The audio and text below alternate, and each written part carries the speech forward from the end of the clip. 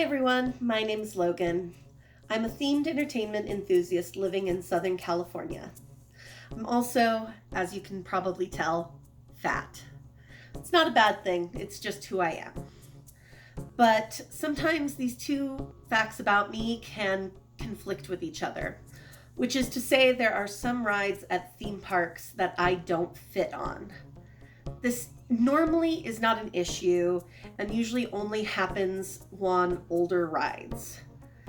Today I wanted to share with you my experience with the brand new attraction, The Secret Life of Pets Off the Leash at Universal Studios Hollywood.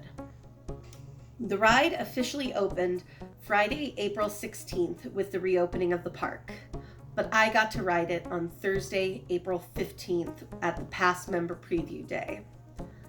A little backstory. This ride was set to open March 27th, 2020, and I actually had a virtual reservation to ride it for a Pass Member Preview on March 14th, 2020. Now, if you remember, March 14th is the day that the park closed because of COVID. So when they announced that the park was reopening, of course I jumped at the first chance to ride it that I could. A classic Omnimover dark ride with practical effects and animatronics. I was over the moon. That was until I saw the video posted by Theme Park Express on April 9th called "This is Beyond Unnecessary. Universal Studios Secret Life of Pets ride has unaccommodating seats." You can find the link below. I saw the video on the 13th, 2 days before I was due to ride. Adrian, Theme Park Express, pointed out in his video that there was a tester seat outside of the ride, which meant that it was going to be restrictive. It's actually a really great video, and I highly recommend you check it out. He talks a lot about why this is especially wrong for this type of attraction, and everything that he says in it is nothing but the truth. But this meant that I was prepared to be disappointed. When I arrived at the park, the first thing I did was head directly to the ride. They're only doing a virtual queue, so I knew I wanted to get a reservation early. Now, before I go any further in my video, I just want to say that any criticisms that I have from here on out are directed firmly at Universal Creative, Universal's themed entertainment department, and the manufacturer of the ride. I have zero issue with any parks employees, and you'll see during the rest of my story they were wonderful and tried to help me as much as possible. I did my best to treat the park employees with respect and kindness. They are doing what they can, and even without that, they have no control over the size of the seats or company protocol. When you visit, don't be a dick. After a quick conversation with someone very helpful, who actually turned out to be an assistant manager about the virtual reservations, I went to the tester seat. This is what I found. So here is the tester seat, and you need to get it so the green light goes. So look at how far down this needs to go to latch. By the way, this is the farthest it can go. That's the minimum you need. So this ride actually has a very, very narrow field of availability for body size. So here I am in the seat, and you can see that when I try to pull it down, there's no way it's going. The light is still blue, and when I compare it to the seat next to me latching, there is a significant difference. I asked someone working the attraction where complaints could be filed, as I wanted my displeasure in the ride vehicle noted for the higher-ups. They called a team lead who came and spoke with me and helped me try the tester seat again. This time we tried the trick of putting the bar under my stomach. So I talked to a lead, and now I'm in the Universal Express line. They think that the ones on the actual platforms might be less restrictive than the test seat. So I'm basically being brought to find out. So one of the managers just stopped to talk with me. I was talking with him outside, and he told me that when I get to the front, I should tell the team members what I'm doing, that I need help, and to slow the belt to give me more time. So we'll see how that goes. To clarify, I did not have the Universal Express pass. The team lead brought me into that line because she wanted to see if we could make things work for me without having to deal with reservations or the queue. Both the assistant manager I spoke to about reservations and the team lead were aware that the seats were a problem, but neither knew why the seats were like that beyond that's how the manufacturer made them. So I did as the manager instructed and told the people working the attraction to slow the belt and to help me latch. They did slow the belt, and while they attempted to help me latch, it wasn't very forceful because of liability issues, which I totally understand. If I had a friend, maybe things would have gone differently. One thing I want to make very clear though, the restraint latched. I was locked in, unable to push up, unable to get out. However, I was told it wasn't going to work. Anyone who's fat and who's been to Universal, I'm sure knows about needing to be in the green area to be considered safely latched. Well, I wasn't in the green. They actually had to stop the ride completely to disengage the locks and let me out. Because again, I could not get out on my own accord. When I got back onto the platform, the team lead who had brought me in was there. She was incredibly sweet and apologetic and told me she had one more idea to get me to experience the attraction if I was game. Well, of course I was. Yes, she wanted me to sit in this wheelchair and use the ADA vehicle to experience the attraction. I have never heard of anything like this being done before. I don't know if it has, but I was being offered a way to ride the attraction, so I took it. I'm not disabled, and the wheelchair had a special place on the loading platform where it sat. It took probably 5 minutes, maybe a little longer, to get the ADA vehicle on the track and up to me. The reason why this is important is because in this time, I watched 2 other people be turned away from riding because of their size. They were not offered the same ride experience I had been. When the ADA vehicle came, I was instructed to sit in the wheelchair and then pushed up the ramp into the vehicle. The wheels on the chair were locked using standard brakes on a wheelchair, and blocks of some sort were put behind the back wheels.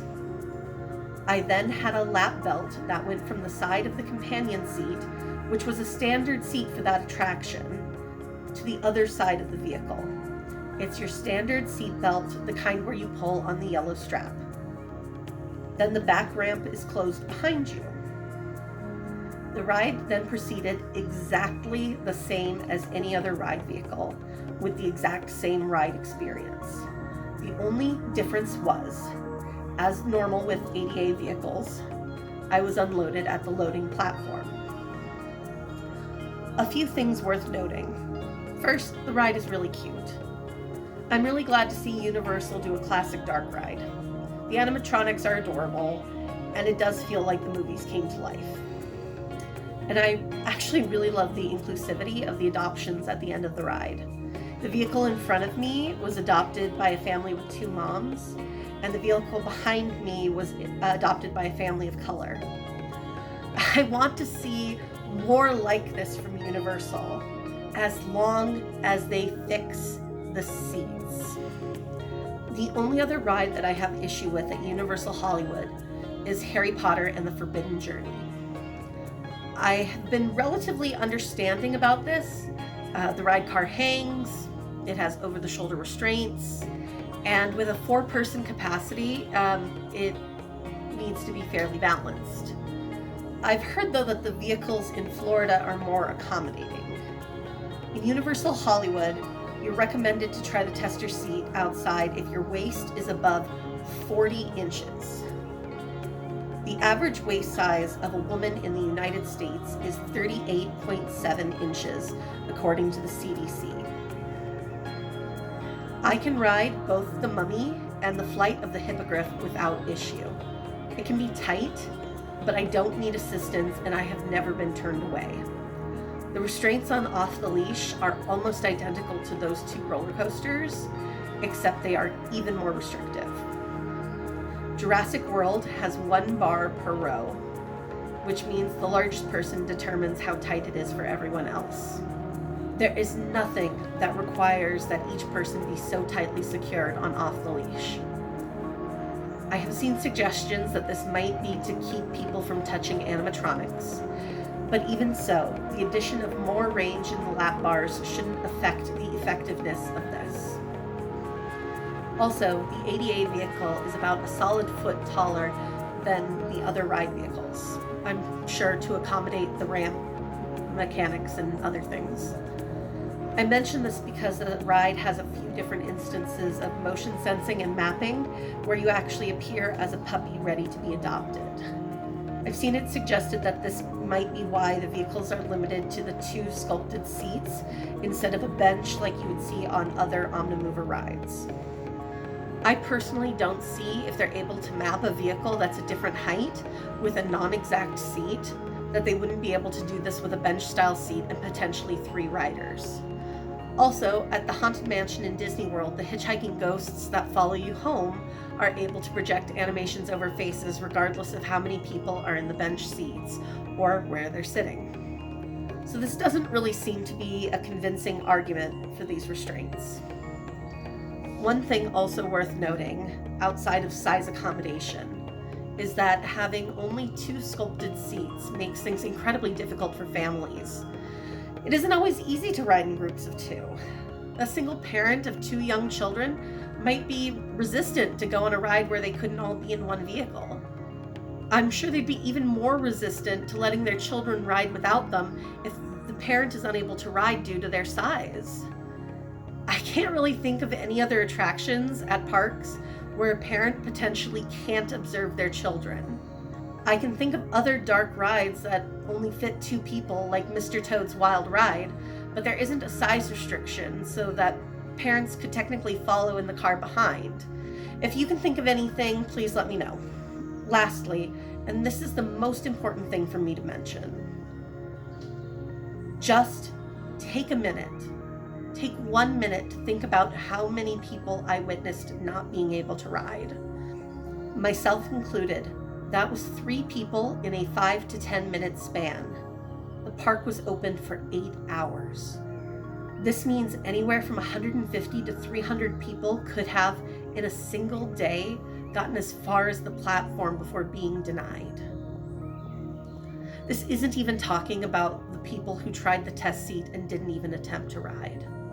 Even if the decision to make these seats was because they wanted to keep people in the seats, I can't imagine that they were having this problem approximately 20 times an hour.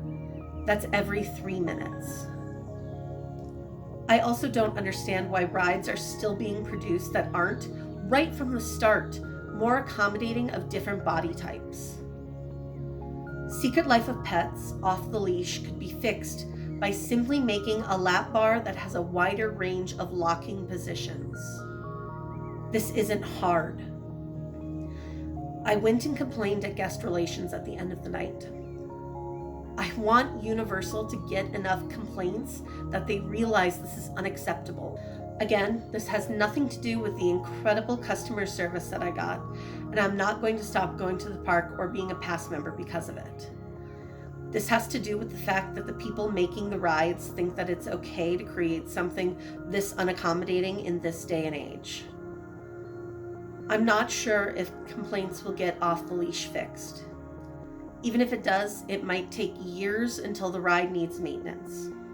But right now they're building Super Nintendo World, and they need to know that we won't accept it if new attractions coming to this area are just as restrictive. If you agree that these rides should have more accommodating lap bars, please let Universal's guest relations know. The only way change is going to happen is by letting our voices be heard. To speak with Universal Studios Hollywood Guest Relations, you can do so by calling 800-864-8377 or by going to universalstudioshollywood.com/contact-us. I've also put this info below. And I'll see you guys in the parks.